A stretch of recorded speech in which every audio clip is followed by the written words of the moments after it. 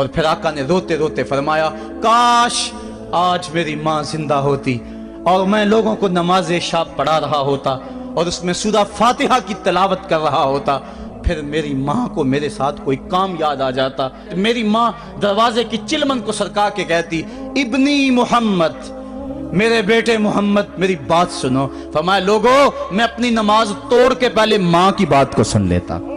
یہ ماں ہے جس کی محبت کو مصطفیٰ کریم نے بھی محسوس کیا ہے۔ اونچی مسندوں پہ بیٹھنے کا وہ مزہ نہیں جو ماں کے قدموں میں بیٹھنے کا مزہ ہے۔ اور وہ کیا کہا تھا خورشید گیلانی نے، وہ کہتا ہے کہ 5 سٹار ہوٹلوں میں کھانا کھانے میں وہ لطف کہاں جو چولہے پہ پاس بیٹھ کے ماں کے ہاتھوں سے پکی ہوئی چپاتیاں کھانے میں مزہ ہے، اور عالی جناب حضرت صاحب اور اعلیٰ اور بھاری اور بھرکم لفظ سننے میں اور گارڈ آف آنر کا معائنہ کرنے میں وہ لذت کہاں ہے جو ماں کے اوئے ببلو کہنے کے اندر رکھا گیا ہے۔ ماں جب بولتی ہے تو اس کے لہجے میں جبریل بولتا ہے، ماں جب مسکرا کے دیکھ لیتی ہے تو لگتا ہے جنت کی ساری کلیاں کھل اٹھی ہیں۔ ایک شخص نے سین حرم میں اپنی ماں کو اپنے کندھوں پہ سوار کرا کے طواف کروایا اور پھر حضور کی خدمت کے پاس میں حاضر ہوا، عرض کی حضور میں نے کہ اپنی ماں کا حق ادا کر دیا ہے، کہا تو اس کی ایک مسکراہٹ کا بدل نہیں دے سکا۔ ماں جب مسکراتی ہے تو اس کے لہجے میں اتنی مٹھاس ہوتی ہے، میں کہتا ہوں ساری دنیا کے شہد نچوڑ دیے جائیں اتنی محبت پیدا نہیں ہوتی جتنی محبت ماں کے لہجے میں ہے۔ جب وہ بیٹے کو اوئے ببلو اوئے مٹھو کہہ کے پکارتی ہے، اوئے بیٹا کہہ کے پکارتی ہے، آواز دیتی ہے، تو ماں کے لہجے کے اندر وہ رس گل رہا ہوتا ہے کہ حوریں بھی آفرین آفرین کر رہی ہوتی ہیں۔ ماں کے بے ادب ہاتھ جوڑ کے ماں سے معافی مانگ لیں، باپ کے گستاخ ہاتھ جوڑ کے باپ سے معافی مانگ لے، یہ سرمایہ زندگی میں نہیں ملے گا۔ عموماً قدر نعمت زوال نعمت کے بعد ہوتی ہے۔ آؤ ماں باپ کی قدر کو پہچانیں اور اللہ کی رحمتوں کو لوٹیں۔ علامہ اقبال کی جب والدہ فوت ہوئی تو وہ پھوٹ پھوٹ کے روئے، جوان ہونے کے باوجود ان کی آنکھوں سے آنسو نہیں تھمتے تھے، اور پھر روتے روتے کہتے تھے وطن میں ہوگا اب کس کو میرا انتظار، کون میرا خط نہ آنے سے رہے گا بے قرار، آرزو لے کے تیری خاک کے تربت پہ آؤں گا، اب دعائے نیم شب میں کس کو میں یاد آؤں گا، کون پچھلے پہر اٹھ کے دعا کرے گا، ماں ہی دعا کرتی ہے۔ ماں کے جب ہاتھ اٹھ جاتے ہیں تو اجابت کے سارے دروازے کھل جاتے ہیں۔ ماں جب بولتی ہے اور دعا کے لیے ہاتھ اٹھا دیتی ہے، اللہ رحمت کے سارے دروازے کھول دیتا ہے اور قریب آ کے ماں کی فریاد کو سنتا ہے۔ ماں کی دعا جو اولاد کے حق میں ہے، مظلوم کی دعا اور مسافر کی دعا، حدیث میں آتا ہے یہ 3 دعائیں ایسی ہیں جو رد نہیں ہوتی۔ تو ماں کی دعائیں لیں، ان کی خدمت کریں اور والدین کی رضا چاہیں، اور اللہ کی ناراضگی والدین کی ناراضگی میں ہے۔ جس پہ والدین راضی ہو گئے سمجھ لو خدا اس پہ راضی ہو گیا، اور جس پہ والدین راضی نہیں ہیں چاہے وہ جتنے مرضی لمبے سجدے کرتا رہے، اس کا رب عرش کا رحمان اس پہ راضی نہیں ہو سکتا۔ اللہ کے حبیب صلی اللہ علیہ وسلم نے ارشاد فرمایا الا انبئکم باکبر الکبائر، لوگو تمہیں بڑے بڑے گناہوں کی خبر نہ دے دوں؟ صحابہ نے عرض کی کیوں نہیں یا رسول اللہ، آپ ارشاد کریں۔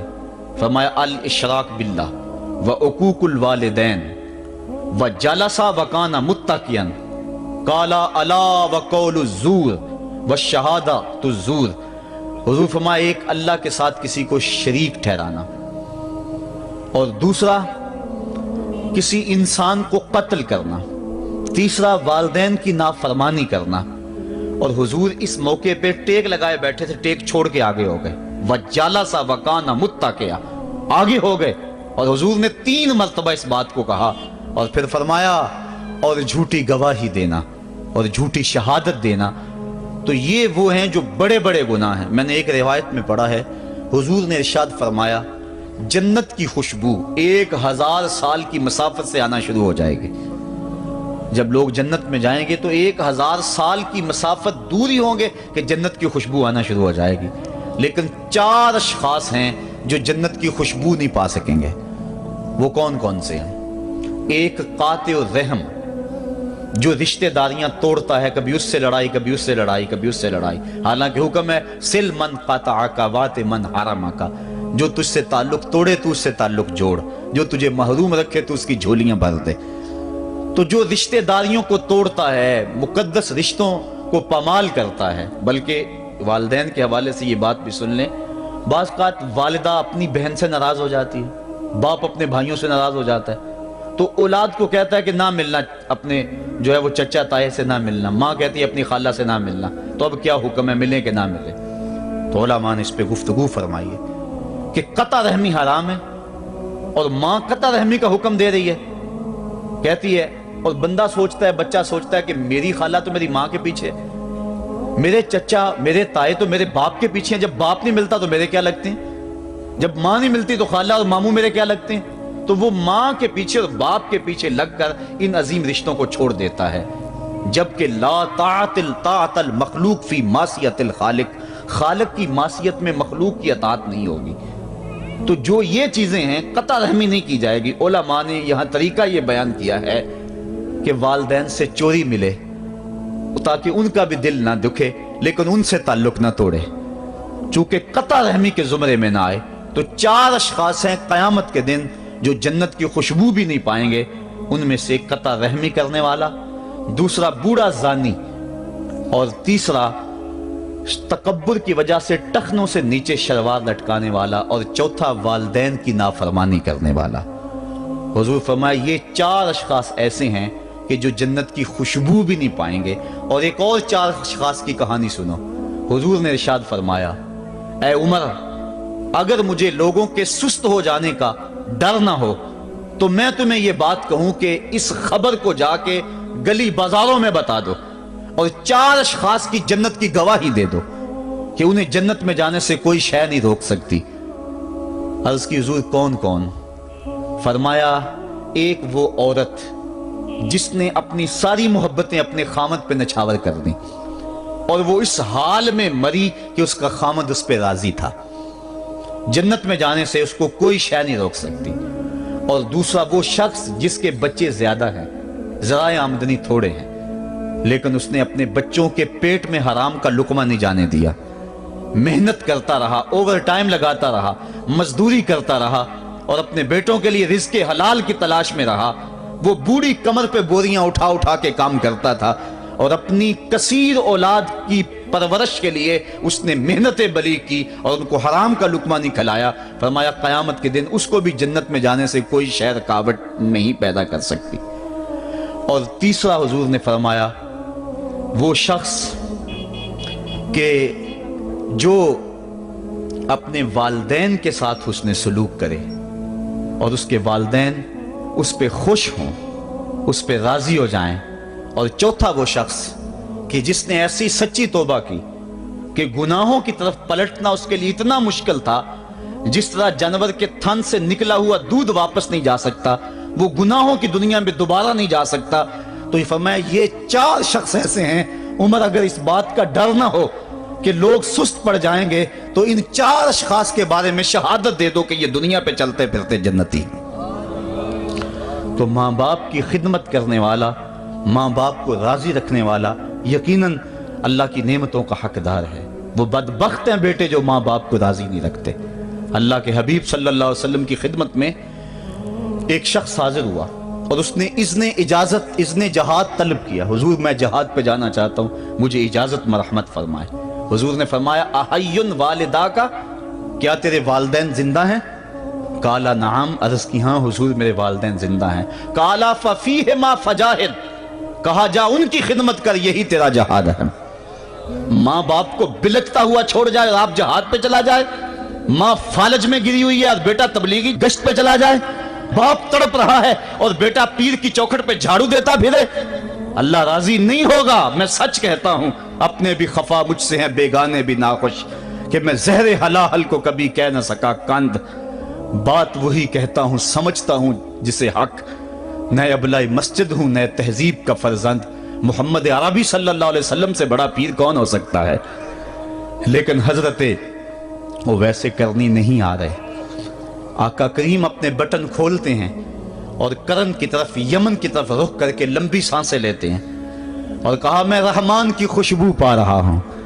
ایک دن صحابہ نے پوچھا بندہ نواز جس کے لیے تڑپتے ہو، جس کی ٹھنڈی ہوائیں آپ کو آ رہی ہیں، وہ آپ کا بڑا پیار کرنے والا ہے؟ کہا ہاں میرے سے بڑی محبت کرتا ہے۔ تو کہا پھر اتنی محبت کرتا ہے تو یمن تو دور نہیں ہے، بلال حبش سے آ گیا، سلمان فارس سے آ گیا، سہیب روم سے آ گیا، اور وہ یہاں یمن سے نہیں آ سکا؟ فرمایا اس کی بوڑھی اور نابینا ماں ہے جس کی خدمت اس کو نہیں آنے دیتی۔ اللہ اکبر۔ اب حضرت اویس کرنی نہیں آئے لیکن خیر التابعین کہلائے، آئے نہیں لیکن حضور ان کی یاد میں تڑپ رہے ہیں۔ اللہ، بلکہ حضور نے فرمایا کہ کوئی جائے اویس بن عامر کو ملے، اور جب ملے تو اس کو کہنا میری امت کی بخشش کی دعا کرے۔ جو ماں باپ کی خدمت کرتا ہے اس سے ثابت ہوا اس کی دعائیں قبول ہوتی ہیں۔ میں نے ایک روایت میں پڑھا ہے کہ جو آدمی روزانہ اپنے والدین کے لیے دعا کرے، والدین زندہ ہوں تب بھی، والدین فوت ہو گئے ہوں تب بھی، یہ عادت بنا لے، روزانہ ماں باپ کے لیے دعا کرے، ساری زندگی اس کے رزق میں بے برکتی نہیں آئے گی، اللہ اس کو رزق کی فراوانی عطا کر دے گا۔ اور جو والدین کے لیے دعا نہیں کرتا اللہ تعالیٰ کی رحمتوں سے محروم ہو جاتا ہے۔ حضرت ابو ہریرہ رضی اللہ تعالیٰ عنہ جب بھی ہاتھ اٹھاتے تھے تو یہ دعا کرتے تھے، اللہم اغفر لابی ہریرہ ولأمی ولمن استغفر لہما، اے اللہ ابو ہریرہ کو بخش دے، حضرت ابو ہریرہ کی ماں کو بخش دے، اور قیامت تک جو ہم دونوں کے لیے بخشش کی دعا کرے اس کو بھی بخش دے۔ حضرت امام محمد بن سیرین ایک بزرگ ہوئے تابعی، جب بھی دعا کرتے تھے یہ دعا ضرور کرتے تھے، اے اللہ ابو ہریرہ کی بخشش کر دے۔ کسی نے کہا کہ تمہیں ابو ہریرہ رضی اللہ تعالیٰ عنہ ان کی ماں سے بڑی ہمدردی ہے، کہا ان سے جو ہمدردی ہونی ہے وہ تو ہونی ہے۔ انہوں نے کہا ہوا ہے اللہ ابو ہریرہ اور ان کی ماں کو بخش دے، جو ان کے لیے دعا کرے اس کو بھی بخش دے، تو میں دعا کر کے اپنی بخشش پکی کر رہا ہوں۔ تو والدین کے لیے دعا کرنا اللہ کی رحمت کو دعوت دینا ہے۔ تو فرمایا کہ جاؤ اویس بن عامر کو جانا اور جا کے اس کو میری امت کے لیے دعا کا کہنا۔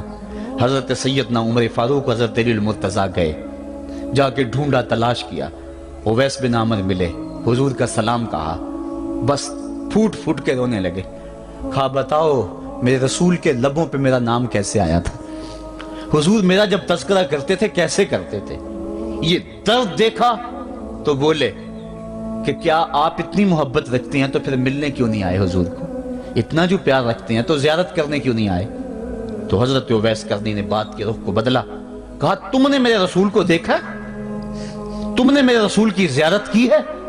کہا ہاں ہم تو صبح و شام وہاں رہے ہیں۔ کہا پھر بتاؤ حضور کے یہ ابرو جڑے ہوئے تھے یا کھلے ہوئے تھے؟ اب دونوں حیران ہو گئے، کہا تم نے تو دیکھا میں نے تو دیکھا نہیں، تم بتاؤ نا، پھر میں تو گیا نہیں، مجھے کہتے ہو گیا نہیں، تم بتاؤ حضور کے ابرو جڑے ہوئے تھے یا کھلے ہوئے تھے؟ حیران ہیں، کہا حضور آپ ہی بتلائیے۔ کہا کوئی دور سے دیکھتا تو جڑے ہوئے نظر آتے، قریب آ کے دیکھتا تو کھلے ہوئے نظر آتے۔ یہ وہ ہے جو ماں کی خدمت کرتا رہا اور حضور کے دربار میں حاضر نہیں ہو سکا، لیکن حاضری اس کی تھی، وہ جہاں بھی تھا وہ نبی کے قرب میں تھا۔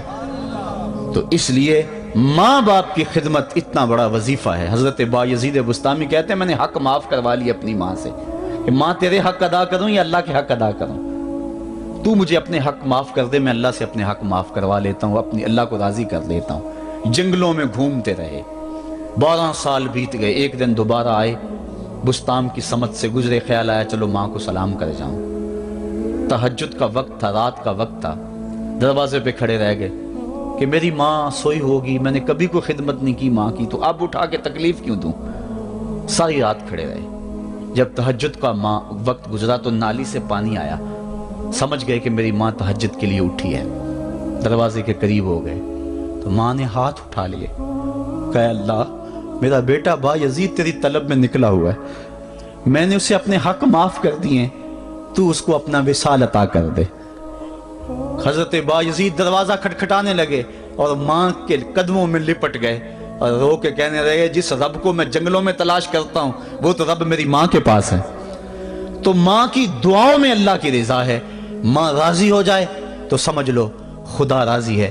اللہ تعالیٰ جل شانہ نے ارشاد فرمایا وَقَضَىٰ رَبُّكَ أَلَّا تَعْبُدُوا إِلَّا إِيَّاهُ، تیرے رب نے یہ طے کر دیا ہے کہ اس کے علاوہ کسی کی پوجا نہیں کرو گے، وَبِالْوَالِدَيْنِ إِحْسَانًا، اور والدین کے ساتھ اس نے سلوک سے پیش آؤ گے، اما یبلغن عندک الکبر احدہما او کلاہما فلا تقل لہما اف ولا تنہرہما، اگر تیرے پاس دو یا دونوں میں سے ایک بڑھاپے کو پہنچ جائیں تو پھر ان کے سامنے تو نے اف بھی نہیں کہنی اور نہ ان کو جھڑکنا ہے اور ان سے نرم لہجے میں بات کرنی ہے۔ جب ماں باپ جوان ہوں، بچوں کی ضروریات پوری کر رہے ہیں، ان کے تعلیمی اخراجات اور ان کے معاشی سارے معاملات درست کر رہے ہوں، تو اس وقت تو والدین کی بچے تعظیم کرتے ہی ہیں۔ امتحان اس وقت شروع ہوتا ہے جب ماں باپ بوڑھے ہو جاتے ہیں اور چلنے پھرنے کی سخت بھی نہیں رہتی، صرف سانس کی ایک ڈوری لٹکی رہتی ہے، اور جس طرح بچہ اپنے بدن سے مکھی بھی نہیں اڑا سکتا تھا، اب یہ حالت ماں باپ پر آ گئی اور بچے کی طرح مزاج چڑچڑا ہو گیا۔ زمانے کے حالات بدل گئے، لیکن ماں باپ کی وہ پرانی روش ہے، وہ اسی انداز میں اسی ڈگر میں بات کرتا ہے۔ یہ آزمائش کے دن ہیں، یہ امتحان کے دن ہے، اب دیکھنا ہے والدین کی اس وقت تعظیم کون کرتا ہے۔ فرمایا اما یبلغن عندک الکبر، اگر تیرے پاس وہ بڑھاپے کو پہنچ جائیں، دونوں پہنچ جائیں، یا تیری خوش قسمتی کہ دونوں میں سے ایک پہنچ جائیں یا دونوں پہنچ جائیں، تو پھر ان کی تو نے تعظیم کرنی ہے۔ کیا کیسے تعظیم کرنی ہے؟ فلا تقل لہما اف، تو نے ان کو اف بھی نہیں کہنا۔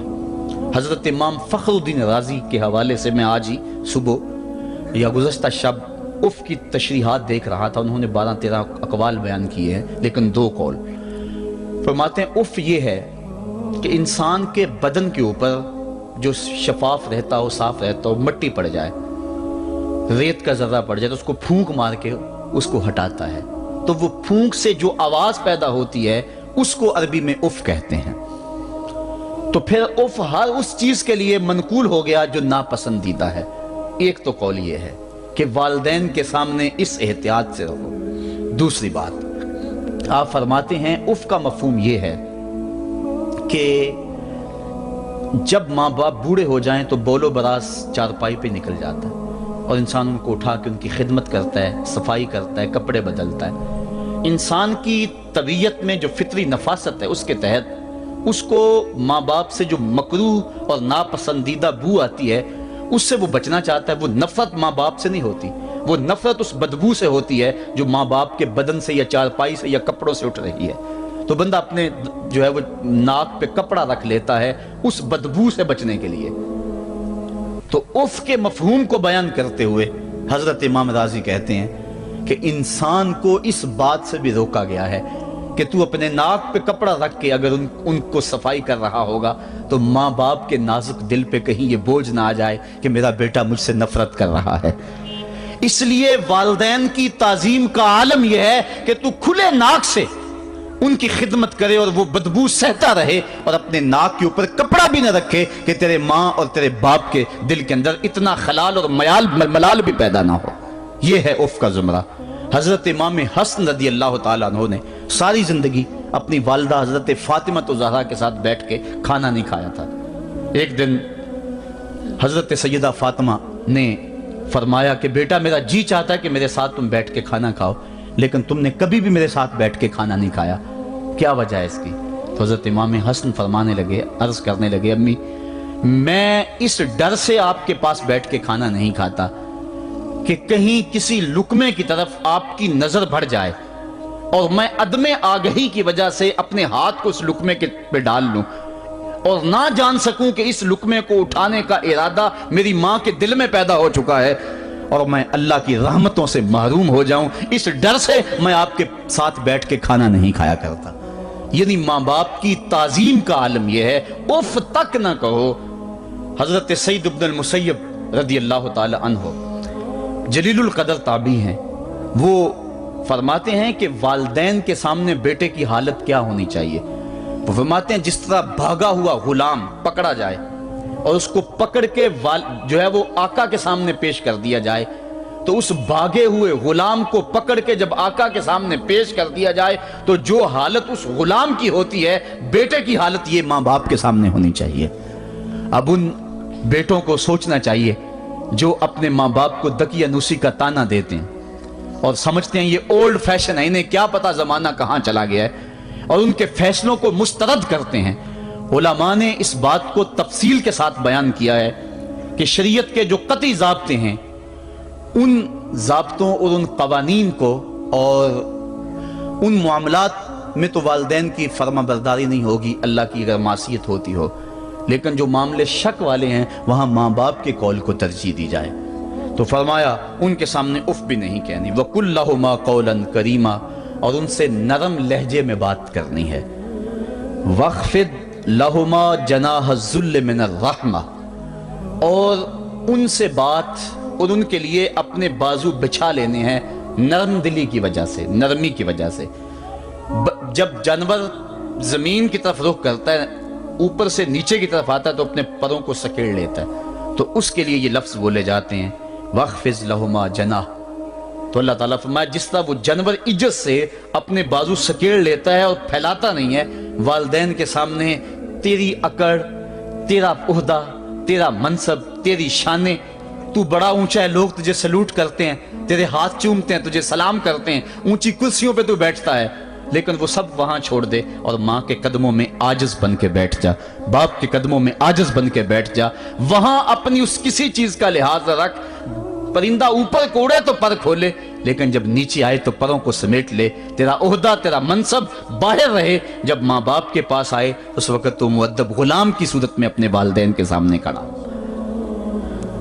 وَقُلْ رَبِّ ارْحَمْهُمَا كَمَا رَبَّيَانِ صَغِيرًا۔ اور اگلا حق یہ بیان فرمایا کہ اللہ کی بارگاہ میں عرض کر رہا ہے اللہ میری ماں پر بھی اور میرے باپ پر بھی رحم فرما دے، جس طرح میں چھوٹا تھا اور میرے اوپر انہوں نے رحم فرمایا۔ انسان ماں باپ کے حق دے ہی نہیں سکتا، حضور نے ارشاد فرمایا کہ انسان ماں باپ کے حق نہیں ادا کر سکتا الا یہ کہ ان کو غلام پائے اور خرید کر آزاد کر دے، اس کے علاوہ کوئی صورت ایسی نہیں ہے۔ ایک شخص نے حضور کی خدمت میں حاضر ہو کے عرض کیا حضور میں اپنے والدین کی بڑی خدمت کی ہے، اس کو امام حقی نے لکھا ہے، اور جن مراحل سے میں گزرتا رہا ہوں ان مراحل سے میرے ماں باپ گزرے ہیں اور میں نے ان کی خود خدمت کی ہے۔ آج بیٹے بیویوں پہ کام چھوڑ دیتے ہیں کہ بیوی خدمت کرے گی۔ احسان دانش کہتا ہے کہ میں نے اپنی بیوی کو ہاتھ نہیں لگانے دیا، میں نے کہا میرے ماں باپ ہے، یہ خدمت اور کوئی حاصل کیوں کرے، یہ تو میں حاصل کروں گا۔ تو ساری خدمت میں نے خود کی، جس طرح انہوں نے نوالے توڑ توڑ کے میرے منہ میں ڈالے میں نے بھی حضور ایسے کیا، جس طرح میرے لیے میری ماں رات جاگتی رہی میں بھی اپنی ماں کے لیے جاگتا رہا۔ جن جن مراحل سے میرے لیے وہ گزرے تھے اتفاقاً میرے حالات، میرے ماں باپ کے حالات ایسے پیدا ہو گئے کہ میں نے اسی طرح اپنے ماں باپ کی پرورش کی ہے اور میں اپنے ماں باپ کی جو ہے وہ میں نے خدمت کی ہے، تو کیا میں نے اپنی ماں کا اپنے باپ کا حق ادا کر دیا ہے؟ تو حضور نے ارشاد فرمایا تو نے ایسے ہی خدمت کی ہوگی، لیکن جب تیری خدمت تیری ماں کرتی تھی تو ساتھ ساتھ تیری زندگی کی دعائیں مانگتی تھی، اور جب باپ بوڑھا ہو گیا تھا، ماں بوڑھی ہو گئی تھی، آزاد شل ہو گئے تھے، فالج میں مبتلا تھے، تو ان کے لیے زندگی کی دعائیں تو نہیں مانگتا تھا، تو یہ کہتا تھا اللہ انہیں پردہ دے دے۔ تیری ماں نے تو کبھی تیرے لیے پردہ نہیں مانگا تھا، بیٹا لولا ہو بیٹا لنگڑا ہو، ماں کبھی نہیں کہتی بیٹے کو ڈاکٹر جواب دے دیں، ماں کبھی نہیں کہتی کہ میرے بیٹے کو اللہ پردہ دے دے، ماں یہی کہتی ہے مالک مجھے لے لے، میرے بیٹے کو زندگی دے دے، میں سب کچھ بیچ دیتی ہوں، اپنا زیور بیچ دیتی ہوں، میرے بیٹے کی صحت بچ جائے، میرے بیٹے کی زندگی بچ جائے۔ ماں کی موجودگی میں کوئی کہہ بھی نہیں سکتا، باپ کے لیے تو کہہ دے، ماں کے لیے تو کہہ دے بڑی تکلیف ہے تیرے باپ کو، بڑی تکلیف ہے تیری ماں کو، اللہ کرے اب پردہ ہی عطا کر دے۔ خود نہیں کہتا تو کسی سے یہ سن سکتا ہے بندہ، لیکن ماں سن سکتی ہے کوئی کہے اللہ تیرے بیٹے کو پردہ دے دے؟ تو فرمایا جب وہ تیری خدمت کرتے تھے تو وہ تیری زندگی کی دعائیں مانگتے تھے، اور جب تو خدمت کرتا تھا تیرے دل میں ان کے پردے کی آرزو تھی۔ فرمایا تو جتنی مرضی خدمت کی ہے، ماں کی خدمت کا بدل کیسے ہو سکتا ہے؟ تو ماں باپ کی خدمت انسان کر ہی نہیں سکتا، تو پھر کیا کرے؟ عرض کرے اللہ میں تو خدمت نہیں کر سکتا، تو ان کے اوپر رحم فرما دے۔ ماں باپ کے لیے دعا کرے، علماء نے یہاں بیان فرمایا ماں کافر ہو تو پھر بھی دعا کرے، باپ کافر ہو تو پھر بھی دعا کرے، مومن ہو تو پھر بھی دعا کرے، گناہگار ہو پھر بھی دعا کرے، نیکوکار ہو پھر بھی دعا کرے، دعا نہ چھوڑے۔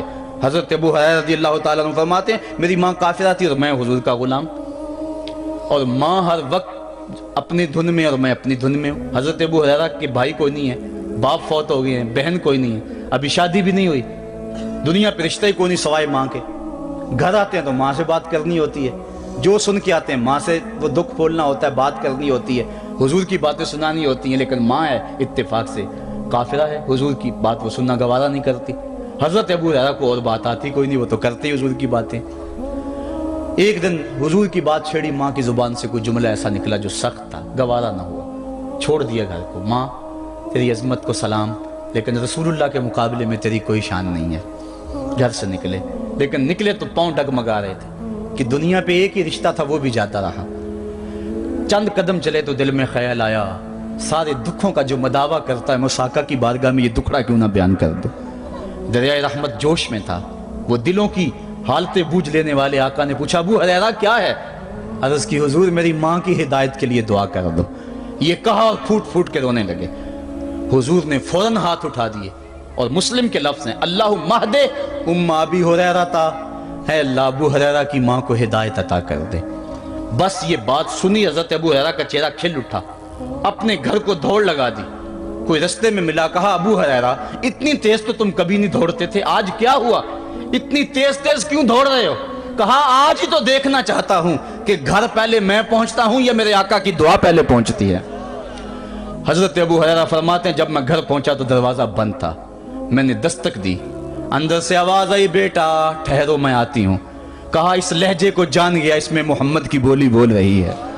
کہا تھوڑی دیر کے بعد میری ماں آئی، تازہ غسل کی وجہ سے اس کے بالوں سے پانی کے قطرے ٹپک رہے تھے اور میری ماں زنجیر کھول رہی تھی، اس کے لبوں پہ شہادت کا کلمہ جاری تھا۔ تو والدین کے لیے مغفرت کی دعا کرتے رہیں، والدین کی بخشش کی دعا کرتے رہیں۔ والدین جب دنیا پہ ہوتے ہیں تو اللہ کی رحمت کا گھنا سایہ ہوتے ہیں، لیکن جب دنیا سے چلے جاتے ہیں ان کی قبر سے بھی فیض ملتا ہے اور سکون اور طمانینت ملتی ہے۔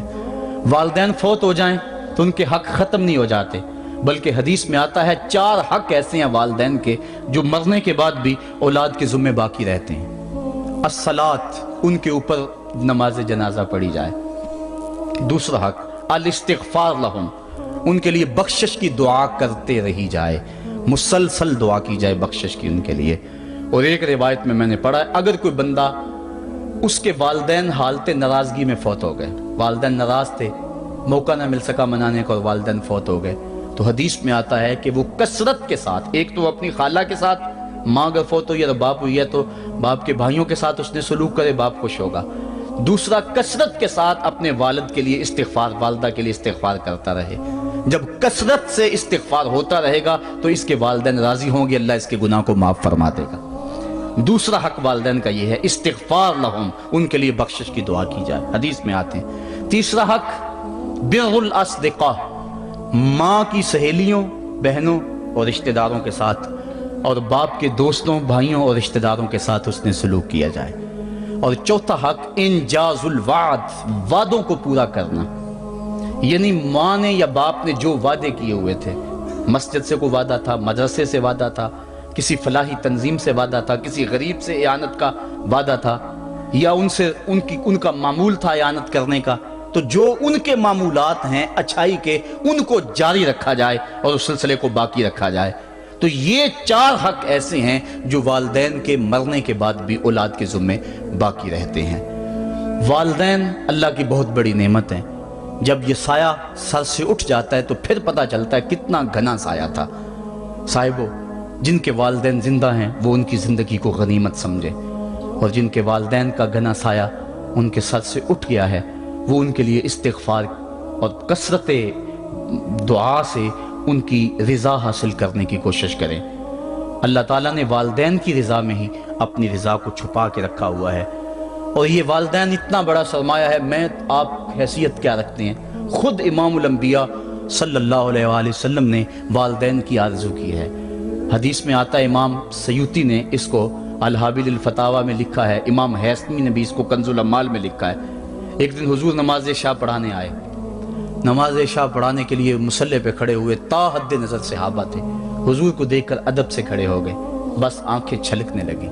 پھر حضور نے روتے روتے کہا، لو ادرکت والدی او احدہما، کاش آج میرے ماں باپ زندہ ہوتے یا ان میں سے کوئی ایک ہی زندہ ہوتا۔ انسان نے دکھوں کی زندگی گزاری ہو، بعد میں اللہ خوشحالیاں دے دے، تو انسان آرزو کرتا ہے کہ کاش آج میرے ماں باپ زندہ